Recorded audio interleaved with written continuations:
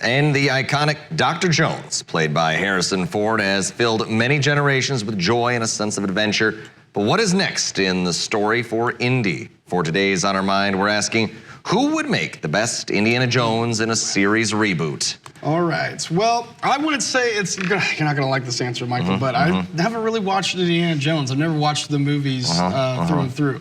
But I'll give you my idea of who I think would be good for a reboot. I have two actors in mind. We'll say Ryan Gosling first. Fair. And the one after that, I don't know if his accent would be very good for it, but the other actor would be Mark Wahlberg, I would say. Really? Yes. I was thinking a few names in my head, and I came across Mark Wahlberg in my head, and the accent, I was immediately like, no. Yeah. I was immediately if you no. Fix the accent, maybe. But yeah, that's the only thing that I would think that would ruin that. But I don't know, his physical appearance looks like he would be good for that. And I agree. There was a movie where he kind of played like Uncharted? a similar role to Indiana Jones, and that's why I thought of that. So.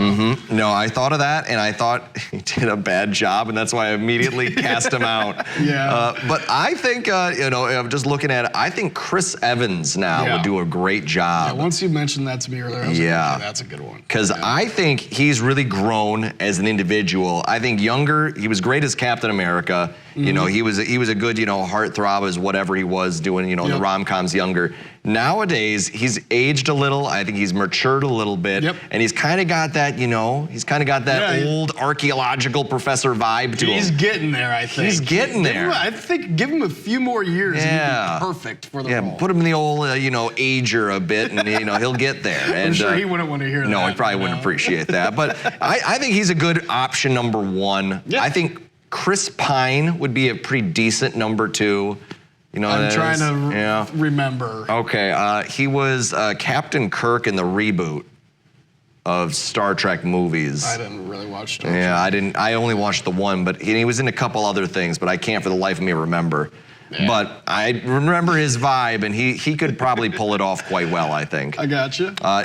People who I don't think could pull it off well, Tom Holland. I do not think he'd do well. Is that, Spider-Man? Yeah, I almost thought about thinking of him, but he's way too young, and I just think he does not have the vibe. He's a very short fella. I mean, he's British. I mean, he's known as Spider-Man. I just thought of, the other Spider-Man, Andrew Garfield, might be a good one. Oh, that's not a terrible idea. Not terrible, yeah. That's not a terrible idea. He's a really good actor, too. He's a great actor. So I agree. Good second fit. There was a time when people were thinking Shia LaBeouf would go and do it before he kind of fell off the face of the earth. But he was doing well for a bit, and that was certainly an interesting thought. That would be a good role for him too, I think. If he could, clean up and kind of get into the mode, that might be the way to go. But I think for the moment we'll have to end it there and keep moving along this morning. So coming up, we're going to talk about some quirky racers, some quacky racers, that is. But first, Howard in the Mr. Food Test Kitchen with a recipe for slow cooker French dipped sandwiches.